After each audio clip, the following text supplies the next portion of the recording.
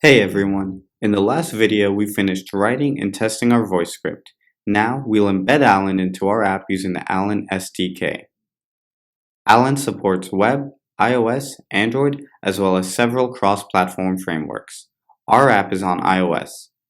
Here are the steps. First, we need to download the iOS SDK framework, then follow the rest of the steps here in our apps project.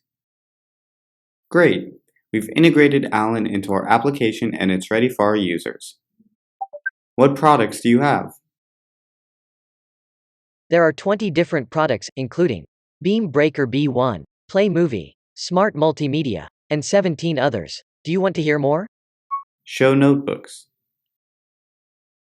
Found 6 notebooks. Notebook Basic 15, Notebook Basic 17, Notebook Basic 18, and 3 others. Now the application has a voice interface that's synchronized with the visual elements on the screen.